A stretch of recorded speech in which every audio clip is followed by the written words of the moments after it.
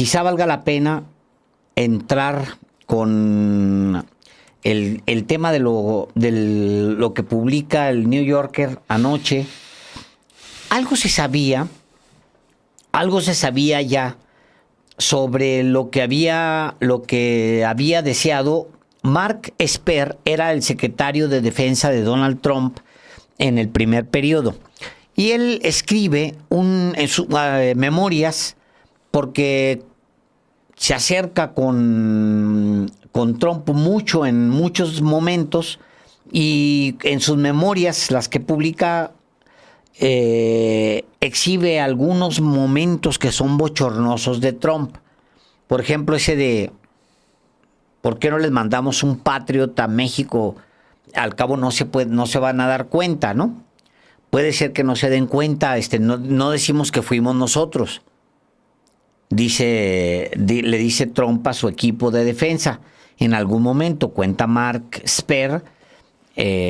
Thomas Esper, quien fue su secretario de la defensa. Obviamente, pues, hay 2 tonterías al menos, o 3 tonterías, o 4, o 10 tonterías en el planteamiento de Donald Trump de ese momento, que cuenta Esper en sus memorias. Primero es que, ya lo ha dicho aquí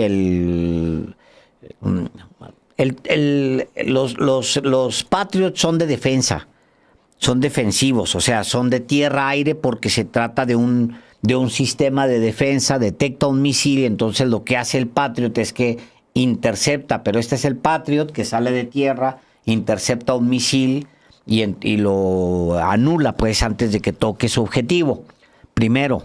Segundo, pues obviamente casi cualquier radar habría detectado un misil que saliera desde alguna parte, desde algún barco, desde algún punto. O sea, lo habría detectado casi cualquier. Si no los radares mexicanos, pues hasta los radares, deje usted de ellos, pues los radares del casi cualquier potencia, hasta las redes esas de Elon Musk, el Starlink, los hubiera detectado. Y tercero, las consecuencias, porque se habría desatado con consecuencias nefastas con México, pues con el principal socio comercial de Estados Unidos. Entonces, eso ya estaba, digamos, ya había dado el secretario de la Defensa, Mark Thomas Esper, alguna información sobre eso. Lo que publica ahora del New Yorker es que lo que sucedió a continuación es que dado que se frustró para Trump bombardear México como pensaba que podría hacerlo, entonces de alguna manera el ala dura de la Casa Blanca se empujaron a que pues ahora mejor le disparara a las lanchas, con la idea de voltear a ver a Venezuela. Imagínense ustedes, eso es lo que cuenta el New Yorker anoche. Sí, de ahí que, por supuesto, por ahora, en el caso de México, Donald Trump le bajó. Sí. Pero ahora esa conducta belicista, injerencista, imperialista de Donald Trump se ha dirigido, sí, a Venezuela, a pesar de que supuestamente Maduro ha querido negociar con Estados Unidos. Supuestamente Nicolás Maduro quiso pues negociar con Trump, ofrecía los yacimientos de petróleo y minerales de su país a empresas estadounidenses, pero lo tiene Estados Unidos y Donald Trump en la mira a Nicolás Maduro, como también tiene en la mira ahora a Gustavo Petro, el presidente de Colombia. Y es importante estar al pendiente de estos dos países y del gobierno de Estados Unidos y de Trump, porque se ha ido endureciendo la postura, no solamente de Trump, de congresistas estadounidenses, que hoy leía yo que en el caso de senadores de Estados Unidos dicen que hay en Colombia fuerzas de Hezbollah y que hay una vinculación entre el gobierno de Petro y esta organización catalogada como terrorista.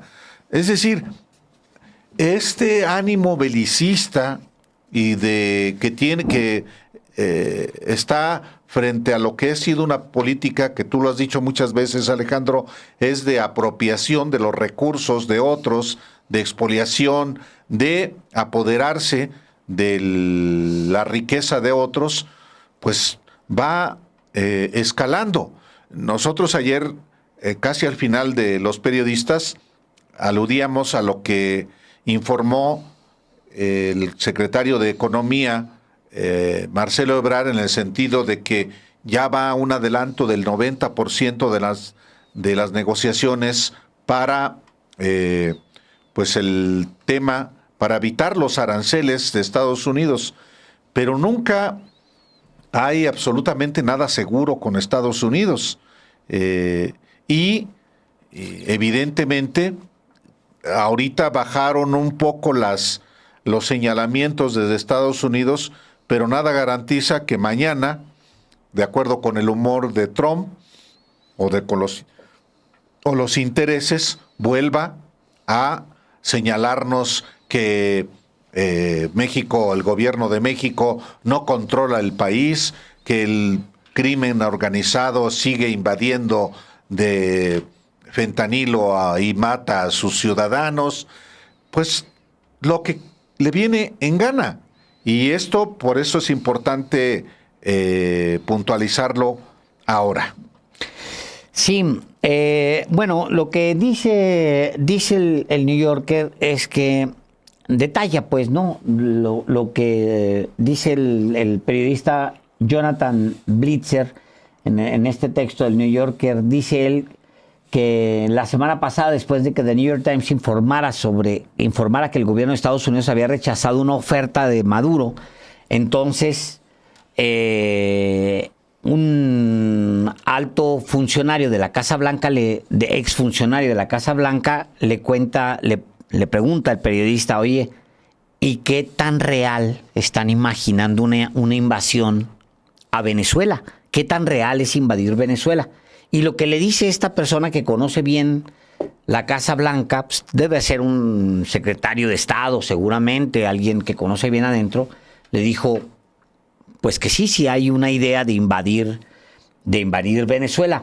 Pero fíjense ustedes la respuesta, dice, una verdadera invasión total requiere probablemente 70,000 efectivos terrestres adicionales a los que tenemos actualmente. 70,000. 60,000. 60,000. Eso no quiere decir que Trump no aceptaría alguna operación o presencia para llamar la atención, porque ese es su estilo, le dice, o sea, ¿cuántos elementos tienen las fuerzas armadas de Estados Unidos, Álvaro? ¿Cuánto se necesita para invadir Venezuela? ¿Cuántos miembros de las fuerzas tiene Estados Unidos? Voy a buscarlo.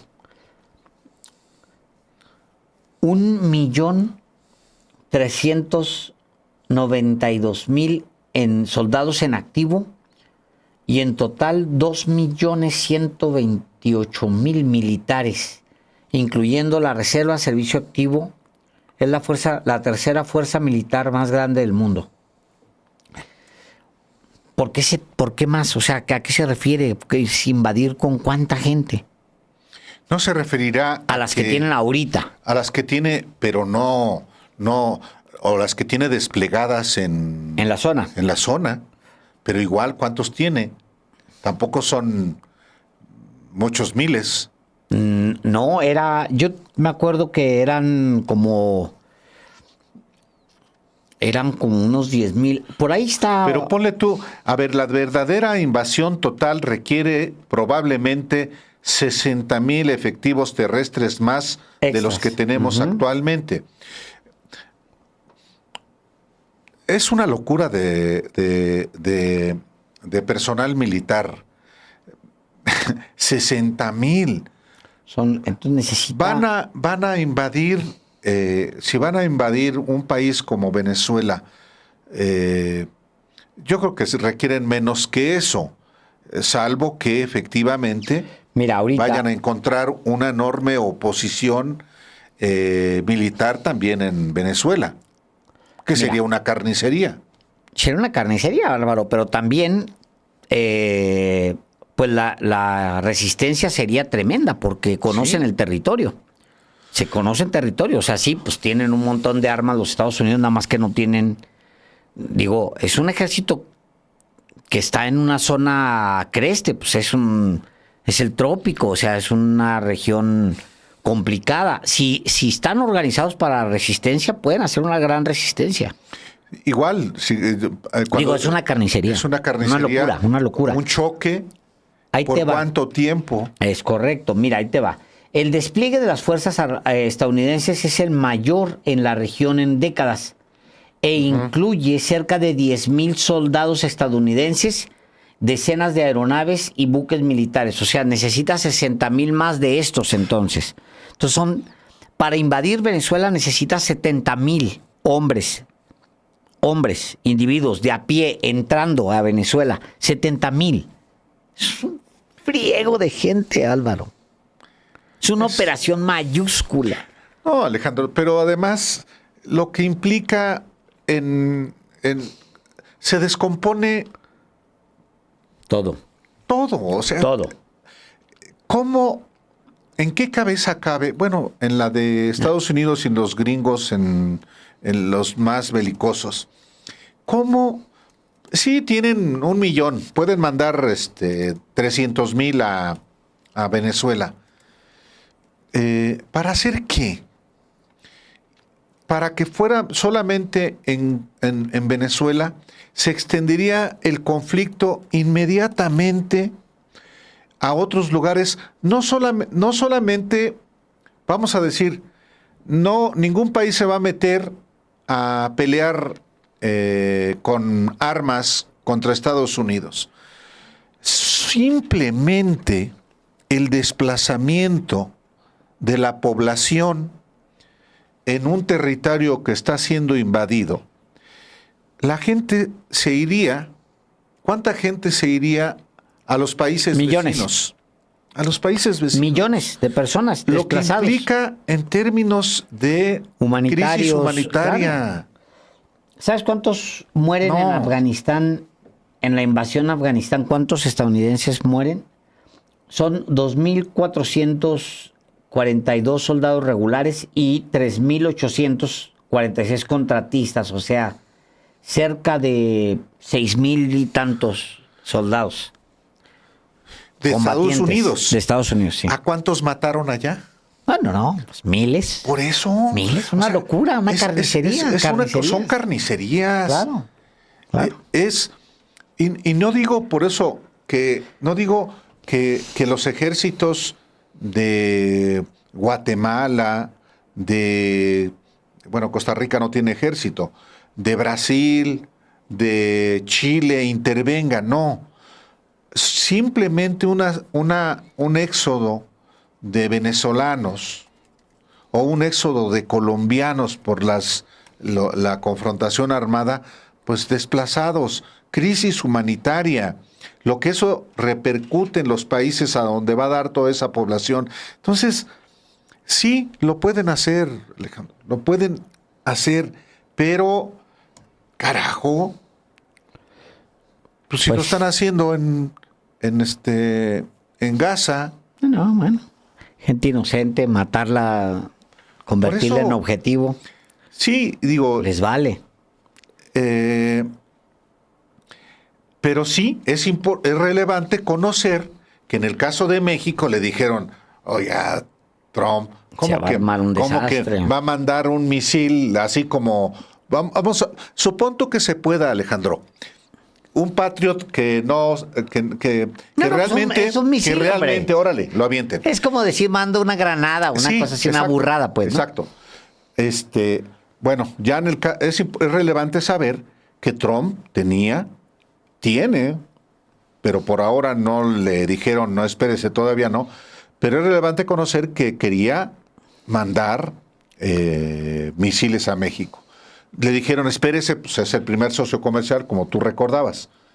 Va ahora a Venezuela.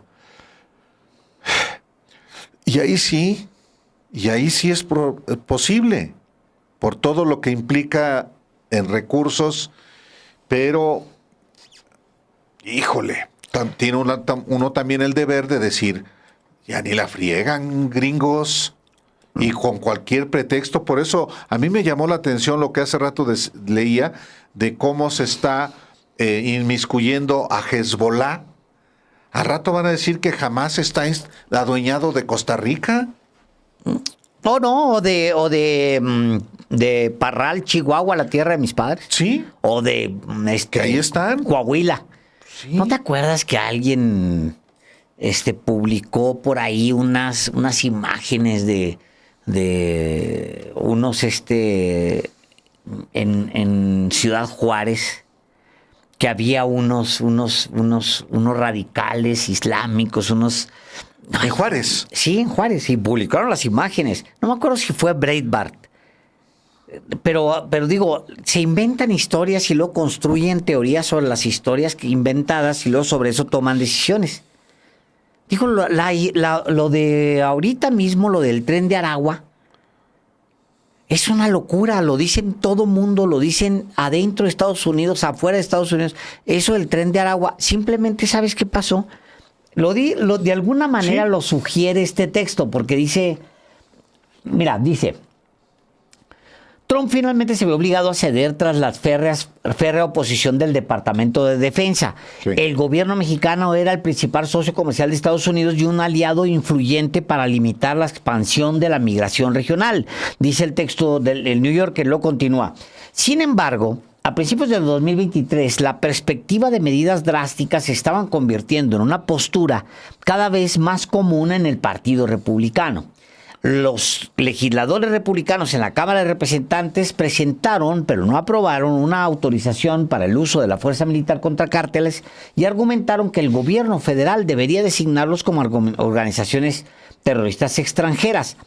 Añadir el Tren de Aragua a esta causa en particular fue una consecuencia de la campaña presidencial del 2024. En agosto, tras la viralización de un video de un complejo de viviendas en Aurora, Colorado, que mostraba a hombres armados presuntamente pertenecientes a esa pandilla, Trump comenzó a hablar constantemente del grupo. Yo había leído, Álvaro, que en alguna manifestación le salió pronunciar Tren de Aragua. Tren de Aragua, o quién sabe qué dice el güey ahí. Con eso se aprendió el nombre y entonces no se lo quitaron de la boca. De alguna Entonces lo convirtió en una gran organización criminal. No la consideran nadie. Es más, ni en Venezuela, ni en Colombia, ni en Estados Unidos. Aquí no lo ha dicho el mismo, ¿cómo se llama el exdirector de operaciones regionales, Mike Vigil? Aquí mismo no lo ha dicho, que eso de Tren de Aragua, pero el señor se lo aprendió, lo pudo medianamente pronunciar. Y aquí lo dice, comenzó a hablar constantemente del grupo. Y luego Venezuela se atravesó entonces a los planes de Trump. Y una vez de regreso al cargo, Trump quería ver una acción militar drástica en el escenario internacional. Ha habido un impulso, una energía para hacer algo agresivo y diferente, le dijo a la afamada revista una fuente cercana al gobierno de Trump. Tenía que llegar a alguna parte, íbamos a empezar a matar a miembros de los cárteles, pero existía la sensación de que si comenzábamos a actuar con mayor intensidad en México, esto tendría consecuencias de segundo y tercer orden que serían nefastas. Sí, y añade el autor de este trabajo publicado en la revista New Yorker. El gobierno mexicano, por su parte, se mostraba discretamente cooperativo en la frontera, y la presidenta del país, Claudia Sheinbaum, lograba equilibrar la oposición pública a Trump con una mayor flexibilidad en privado. Venezuela, en cambio, era un objetivo evidente. No había un riesgo directo porque Venezuela no está en nuestra frontera, declaró la fuente al periodista Jonathan Blitzer. Maduro, agregó, ha atacado con saña a sus oponentes políticos y ha presidido el colapso económico del país. Durante la última década, casi 8 millones de personas han huido. El 10 de octubre, la líder opositora venezolana María Corina Machado recibió el Premio Nobel de la Paz. De inmediato se lo dedicó a Trump, a quien lleva años intentando reclutar para derrocar a Maduro. Todos sabemos que el jefe del Tren de Aragua es Maduro, declaró Machado a Donald Trump Jr. en su podcast de febrero. El régimen ha creado, promovido y financiado el Tren de Aragua y, agregó, y bajo el gobierno de Maduro, dijo, el país se ha convertido en un refugio para terroristas, cárteles de la droga y grupos como Irán, Hezbollah, Hamas y China. O sea, esto es... Sí. No me queda claro si lo dice María Corina Machado o no, el autor del reportaje. Lo dice María Corina Machado. O sea, la señora básicamente echando a andar. Claro. Queriendo una masacre en Venezuela, porque eso va a ser, Álvaro. Si se meten, va a ser una masacre, va a ser una tragedia tremenda. La Premio Nobel de la Paz, ¿no? Organizando desde Estados Unidos una masacre en Venezuela, todo porque ella quiere ser la próxima presidenta. No le dan un ejército y misiles y no entraba ella misma. No sé si tan valiente, la verdad, para entrar ella misma, pero provocando, o sea, Estados Unidos inventándose una gran historia. Todos sabemos que el jefe del Tren de Aragua es Maduro. Esa es una mentira, Álvaro. Flagrante mentira. El Tren de Aragua no es importante ni siquiera, dicho por la misma DEA, no es importante ni siquiera para Venezuela. Es más, Venezuela mismo no figura en los flujos de tráfico de drogas. No figura. No hay digo, seguramente pues habrá cruces, etcétera, tal, pero realmente no figura. De Colombia. No, bueno, sigue Colombia siendo productor de coca y es claro, pues sí, digo.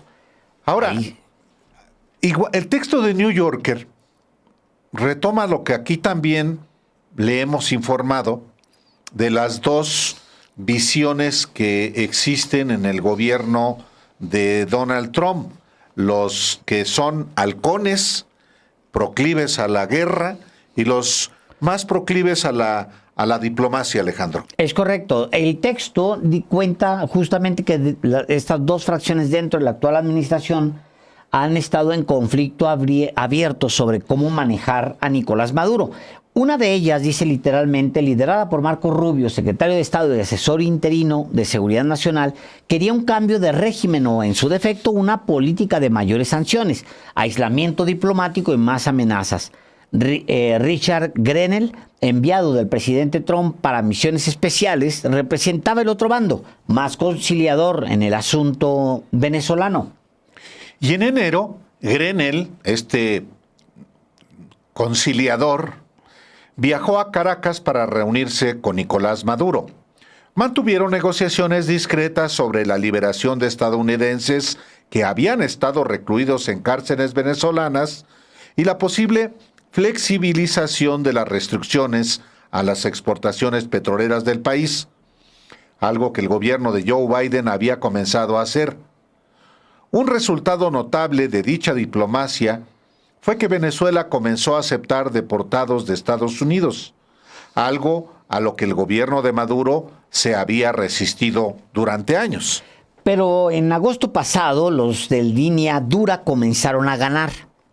Alguien con conocimiento de las deliberaciones internas en la Casa Blanca, le dijo al periodista del New Yorker que el cambio pareció marcar una victoria para Rubio, pero el cambio no reflejó tanto la influencia de Rubio como sí la participación de un nuevo actor en la lucha política, Stephen Miller, subjefe de gabinete del presidente y director del Consejo de Seguridad Nacional de la Casa Blanca. Sí, Stephen Miller pasó en menos de una década de ser un miembro del personal del Senado que enviaba correos electrónicos a los periodistas a altas horas de la noche con historias sobre inmigrantes que cometían delitos, a una de las personas más poderosas de Estados Unidos. El hombre que ha delineado la política migratoria de Trump, como lo ha contado nuestro compañero Obed Rosas en Sin embargo, pues después de que Trump ganó las elecciones en noviembre, Miller trasladó a su familia a Palm Beach, Florida, y desempeñó un papel importante en la transición, según The New York Times.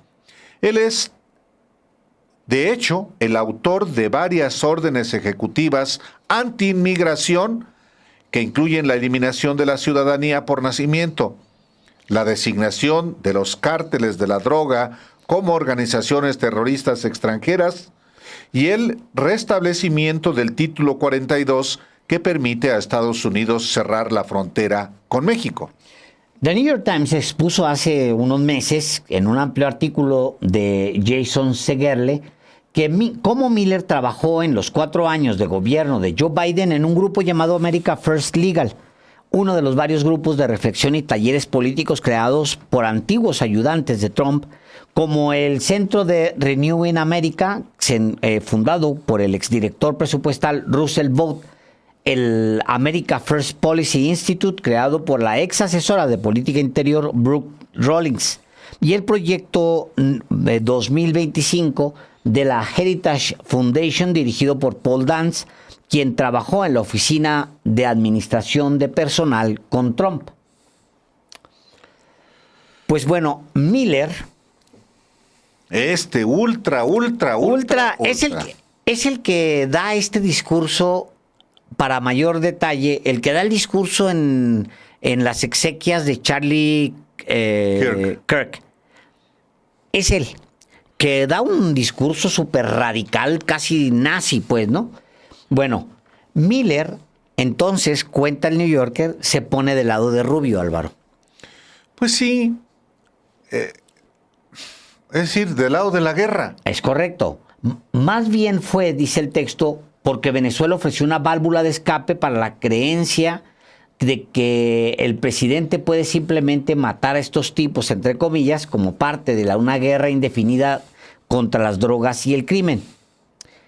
Y luego dice, Stephen es gran parte de la energía detrás de los atentados contra estas lanchas. Está a cargo de la cartera del hemisferio occidental, inmigración, asuntos de seguridad y la persecución de los cárteles. Convoca grupos de trabajo casi a diario. Ha sido muy directo con el Departamento de Defensa sobre lo que quiere ver. El equipo de Hexet, el secretario de Defensa, simplemente dice sí. Y dice, añade también el periodista de la revista New Yorker, nadie se le resiste. A Miller le dijeron que no a cosas similares en su primer mandato. Ya no tiene gente que le diga, no, esto no es buena idea. Para Miller, los ataques militares contribuyen a expandir el poder del presidente, a la vez que refuerzan la narrativa de los inmigrantes venezolanos como enemigos extranjeros, como lo expresó un exfuncionario de la administración Trump. Esto se siente como la militarización de la política interna. ¿Cómo se mantiene uno en el poder? Se crea un otro. Se dice que estamos bajo ataque. Se crea un casus belli. Se culpa al otro de todo. Esto ocurre mientras se despliega la Guardia Nacional en las ciudades. Se está acostumbrando a la gente a este tipo de acciones. Esto está ampliando la definición del uso de la fuerza. Las implicaciones del uso de la Fuerza Armada por parte de Trump tampoco pasan desapercibidas para otros países latinoamericanos, dijo un exfuncionario de la Casa Blanca.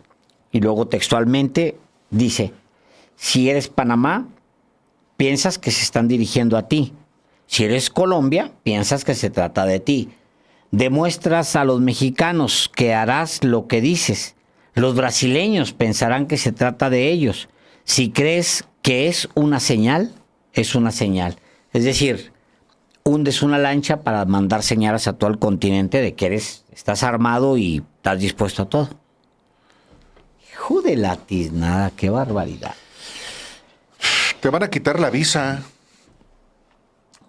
Pues sí, pero no, pues, digo, ya se la quitaron a miles de personas. Hay soplones. Hijo, mano, sí, Álvaro. Delatores como los nazis. Sí, Álvaro. Uno encuentra en las redes sociales. Hay uno en ahí que dicen, miren, secretario Christopher Landau, lo que dicen de Trump. Sí. Pues sí, delatores. Que es todavía una colaboracionistas, sí, vendepatrias, sí, cobardes. Sí. Oye, hay un cuate en particular, mira, lo estoy localizando, creo que lo platicamos.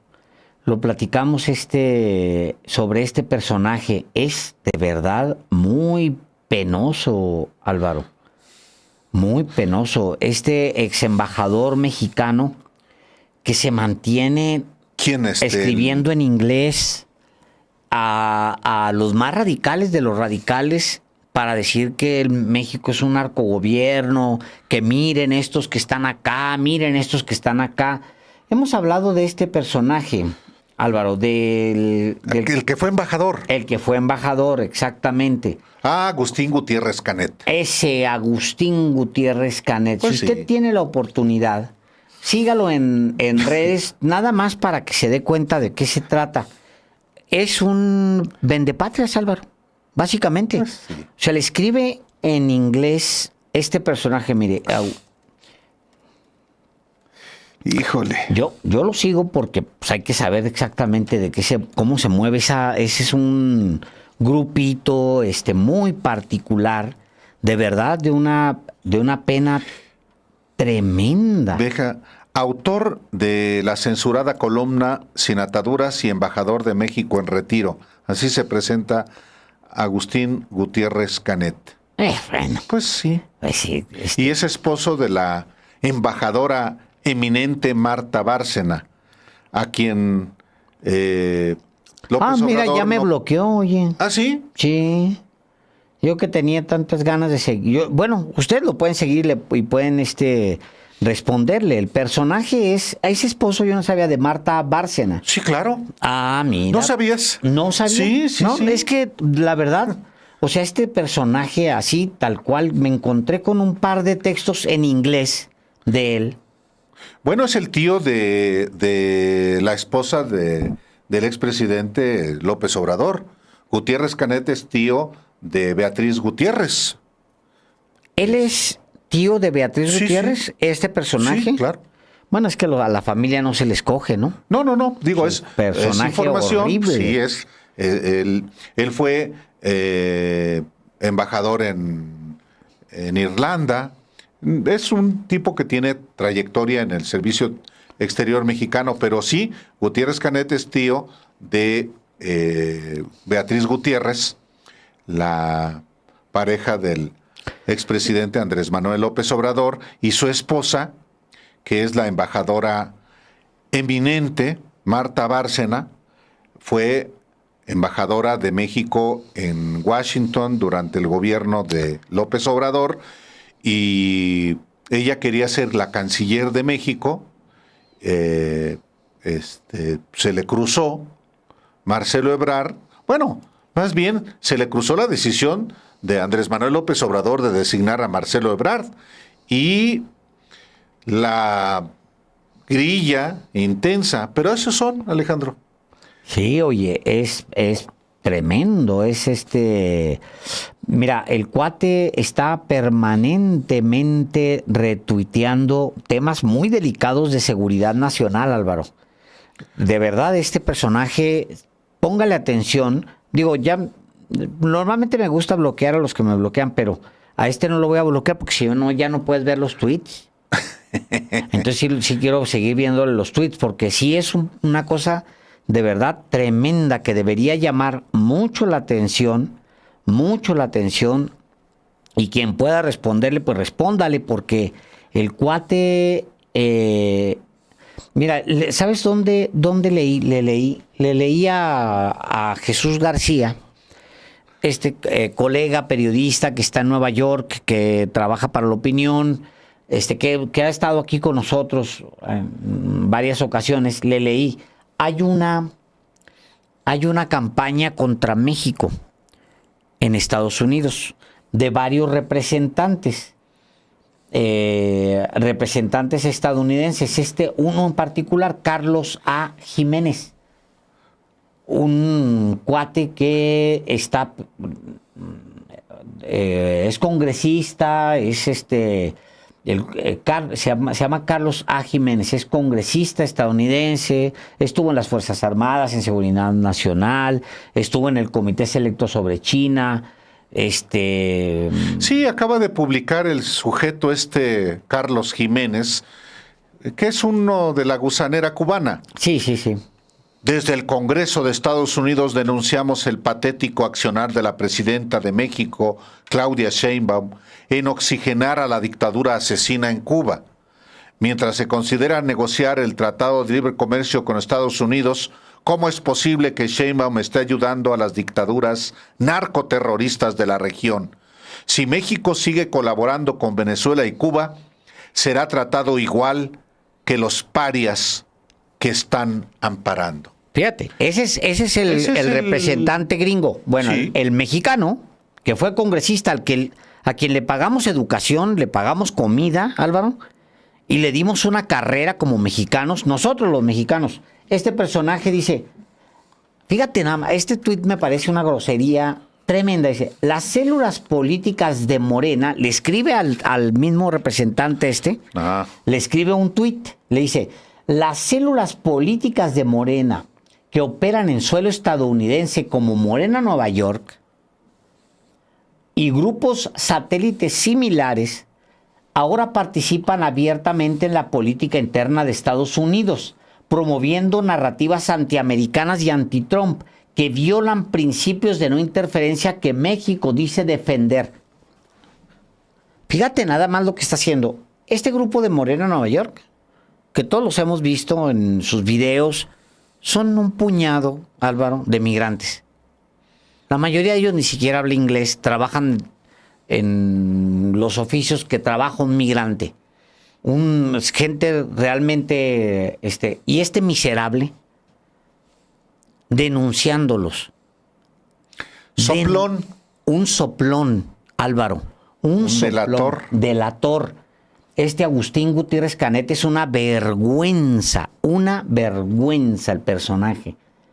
Hijo, man, qué barbaridad. Obviamente hay, y luego una Marcela Lanís dice, córranlos a todos ellos, no representan lo que es México. La mayoría de los mexicanos somos así.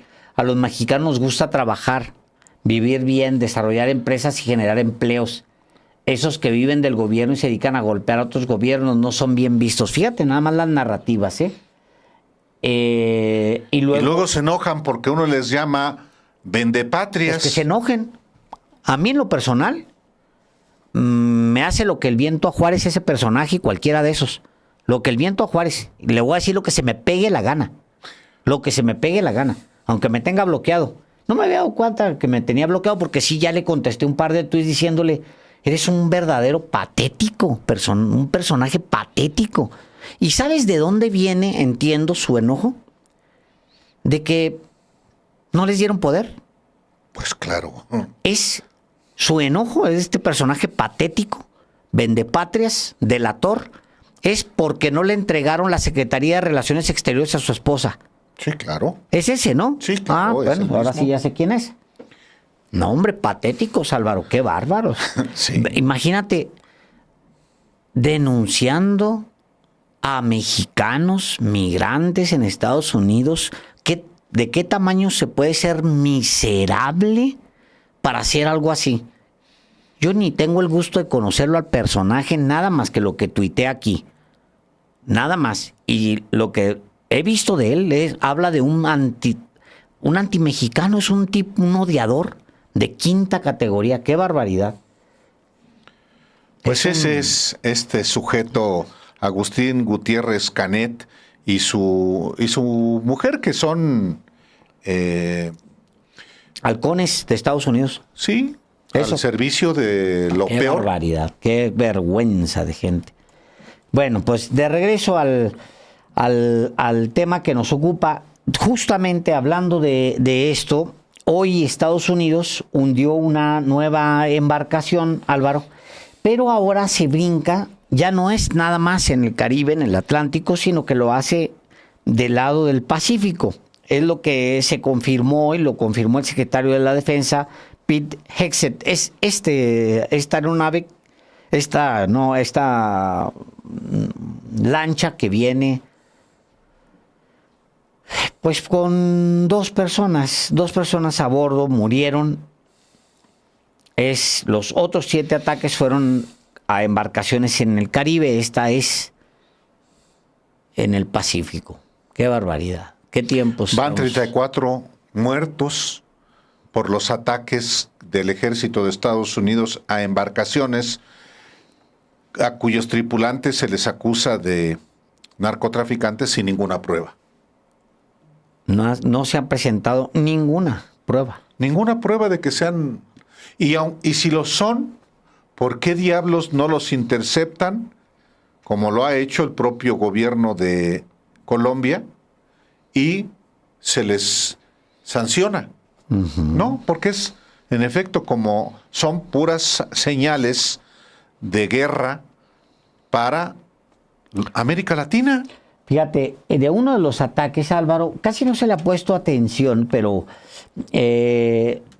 ya ves que sobreviven dos personas Sí. en un ataque a un submarino, supuestamente, en el Caribe la semana pasada. Inmediatamente sobrevivieron, los detuvo Estados Unidos.